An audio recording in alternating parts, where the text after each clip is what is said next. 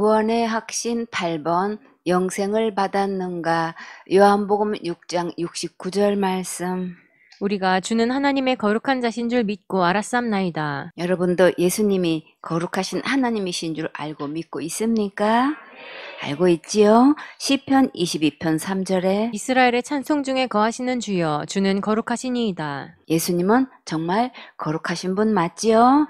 레위기 11장 45절에 나는 너희의 하나님이 되려고 너희를 애굽 땅에서 인도하여 낸 여호와라. 내가 거룩하니 너희도 거룩할지어다. 예수님은 우리가 하나님만큼 거룩하기를 원하셨어요.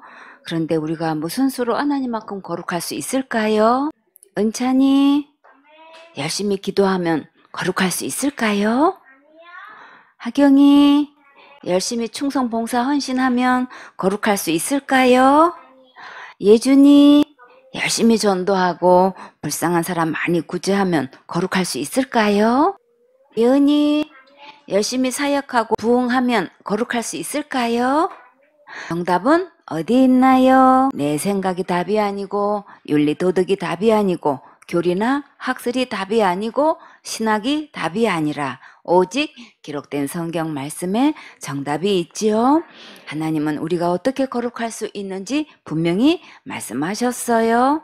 그 말씀이 어디 있는지 볼까요? 히브리서 10장 10절에 이 뜻을 좇아 예수 그리스도의 몸을 단번에 들이심으로 말미암아 우리가 거룩함을 얻었노라. 예수님의 몸을 단번에 들여서 지옥 갈 내 모든 죄를 영원히 깨끗하고 거룩하게 하셨어요. 꿈나무들, 거룩이 뭐예요? 죄가 하나도 없는 것이 거룩이지요? 그러면 구원은 무엇으로부터 구원인가요?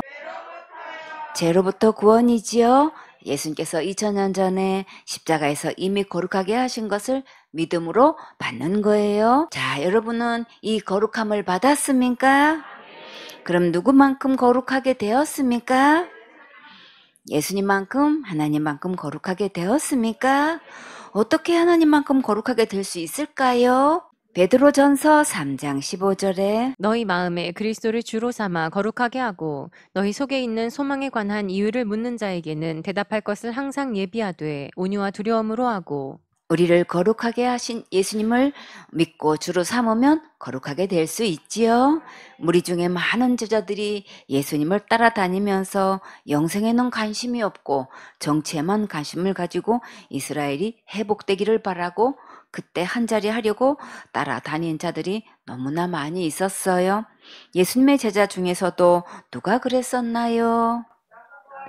야고보와 요한이 그랬지요. 엄마의 치맛바람을 타고 예수님께 한자리 부탁했었지요. 마가복음 10장 35절에 세베대의 아들 야고보와 요한이 주께 나와 여짜오되 선생님이여 무엇이든지 우리의 구하는 바를 우리에게 하여 주시기를 원하옵나이다. 이르시되 너희에게 무엇을 하여 주기를 원하느냐. 도우신 예수님께서 우리의 손을 이렇게 들어주신다고 하시니 정말 감사하지요. 여러분도 필요한 것이 있으면 예수님께 이렇게 아뢰세요. 너희에게 무엇을 하여 주기를 원하느냐. 이 말씀은 우리에게 정말 너무나 큰 소망이지요. 이 시간에 무엇이든지 소원하는 것을 예수님께 아뢰고 응답받는 멋진 주인공 되세요. 마가복음 10장 37절에 여짜오되 주의 영광 중에서 우리를 하나는 주의 우편에 하나는 좌편에 앉게 하여 주옵소서. 예수님께서 이스라엘의 임금님이 되실 때 저는 우정성, 동생은 자정성 자리에 앉게 해주세요. 그 많은 기도 제목 중에서 이들은 정치에 관심이 있었지요. 정치의 수명은 단 몇 년뿐이고 길어야 10년이지요. 사도행전을 통해서 로마 황제나 분봉왕이나 총독의 말로가 어떻게 끝났는지 충분히 보셨지요. 여러분은 그런 곳에 몸 담고 싶으세요? 아니지요. 그런데 오늘 야고보와 요한은 어떻게 이런 것에 마음이 빼앗겨 있었네요. 이왕 구할 것이 있으면 영원한 것을 구해야지요.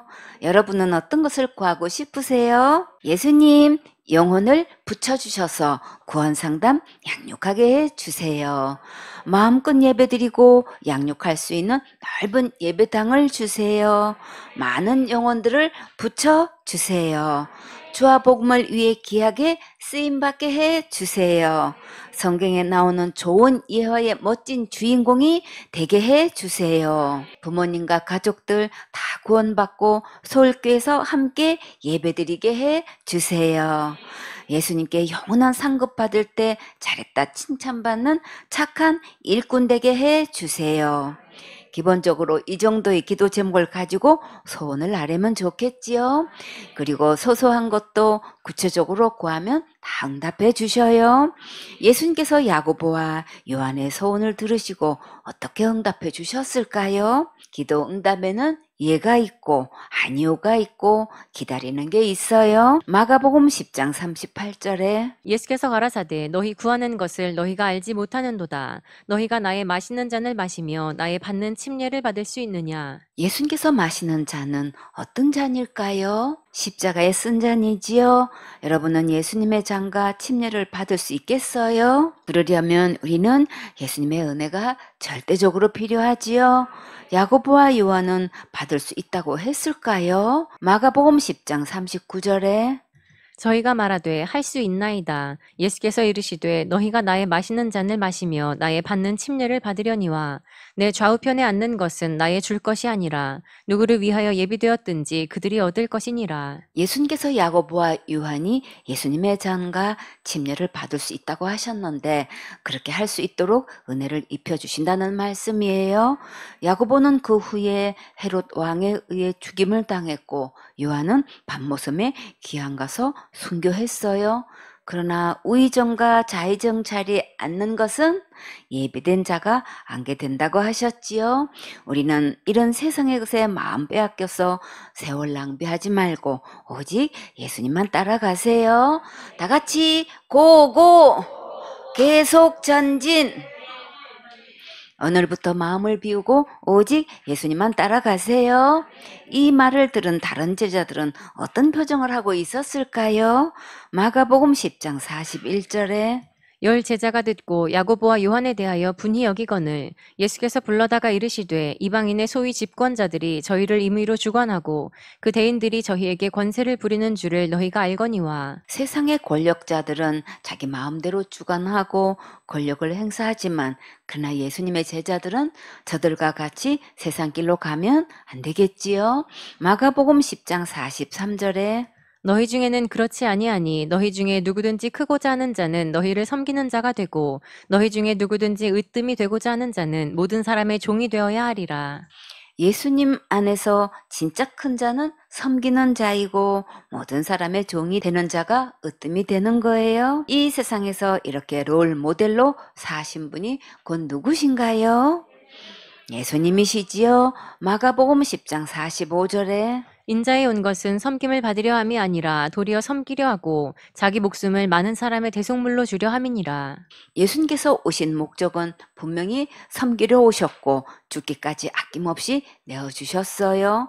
우리도 예수님을 본받아서 복음의 말씀으로 섬기고 서로 사랑으로 도와줘야겠지요. 많은 사람들이 예수님을 통해서 영생을 받아야 하는데 그것엔 관심이 없고 기도 응답 받는 것으로 자랑하고 병들었을 때에 치료해 달라고 기도하고 문제 해결을 위해 예수님을 찾고 자녀들 잘 되게 해달라고 헌신하는데 지옥 갈 모든 죄에서 구원하시고 우리에게 영생을 주신 것은 관심이 전혀 없어서 정말 안타깝지요. 또 성경에서 누가 영생에 관심이 없고 정치에 관심이 있어서 그동안 예수님을 따라다녔나요? 글로바가 그랬지요. 누가복음 24장 13절에 그날에 저희 중 둘이 예루살렘에서 25리 되는 엠마오라 하는 촌으로 가면서 이 모든 된 일을 서로 이야기하더라. 무슨 얘기를 했을까요? 예수님께서 십자가형을 받으셨는데 3일 만에 부활하셨다는 얘기를 주고받았지요. 누가복음 24장 15절에 저희가 서로 이야기하며 문의할 때에 예수께서 가까이 이르러 저희와 동행하시나 저희의 눈이 가리워져서 그인 줄 알아보지 못하거늘 평소에는 예수님을 따라다녔기 때문에 예수님의 얼굴을 충분히 알고 있었겠지요. 근데 눈이 가리워져서 몰라보고 있어요. 예수님께서 사역자를 통해서 권면하시고 책망하실 때 영의 눈이 가리워져서 잘 모르는 경우가 많지요.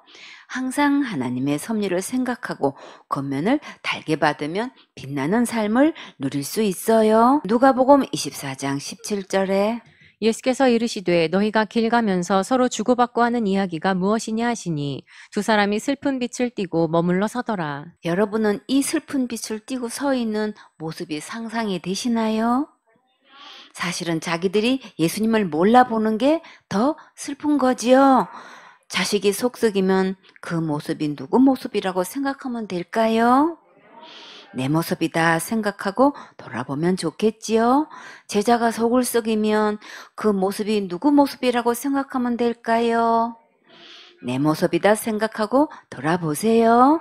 누가복음 24장 18절에 그 한 사람인 글로바라 하는 자가 대답하여 가로되 당신이 예루살렘에 우거하면서 그일 거기서 된 일을 홀로 알지 못하느뇨. 예수님이 예루살렘에 우거하는지 어떻게 알았을까요? 예루살렘에서 엠마오로 가는 길이기 때문이지요. 근일에 된 일을 홀로 알지 못하느냐고 말하는 것을 보면 예수님의 십자가 사건과 부활의 소식이 모든 자들에게 알려진 것을 알 수 있겠지요. 누가복음 24장 19절에 가라사대 무슨 일이뇨? 가로되 나사렛 예수의 일이니 그는 하나님과 모든 백성 앞에서 말과 일에 능하신 선지자연을 우리 대제사장들과 관원들이 사형 판결에 넘겨주어 십자가에 못 박았느니라. 글로바는 예수님을 말과 일에 능하신 선지자로 믿고 있지요. 그런데 대제사장과 간원들이 예수님을 십자가 공개 처형을 했다고 했어요. 그렇게 가까이서 예수님을 따라다니면서 보고 듣고 했는데 어떻게 하나님의 아들로 믿지 않고 선지자로 알았을까요? 그러니까 누구를 막론하고 각각 개인적으로 점검이 반드시 필요하겠지요. 병원에서 각각 건강검진을 받듯이 영적으로도 각각 그 믿음을 점검할 필요가 있어요. 글로바가 예수님을 쫓아다닌 이유가 무엇 때문이었을까요? 누가복음 24장 21절에 우리는 이 사람이 이스라엘을 구속할 자라고 바랐노라. 이뿐 아니라 이 일이 된 지가 사흘째요. 글로바는 예수님께서 이스라엘을 구속할 자로 바랐다고 했지요. 이 말씀을 현대 성경으로 한번 볼까요? 누가복음 24장 21절에 우리는 그분이 이스라엘을 이 난국에서 구원하실 분이라고 생각해 왔소. 이런 일이 있은 것은 사흘 전이었지요. 그런데 그것만이 아니오. 글로바가 말하는 구속은 지옥 갈 모든 죄에서 구원이 아니고 이스라엘 나라가 로마 지배에서 해방되는 것을 말해요. 글로바만 그랬을까요? 많은 사람들이 같은 생각을 했겠지요. 이 일이 된 지 사흘째 날에 무슨 일이 있었을까요?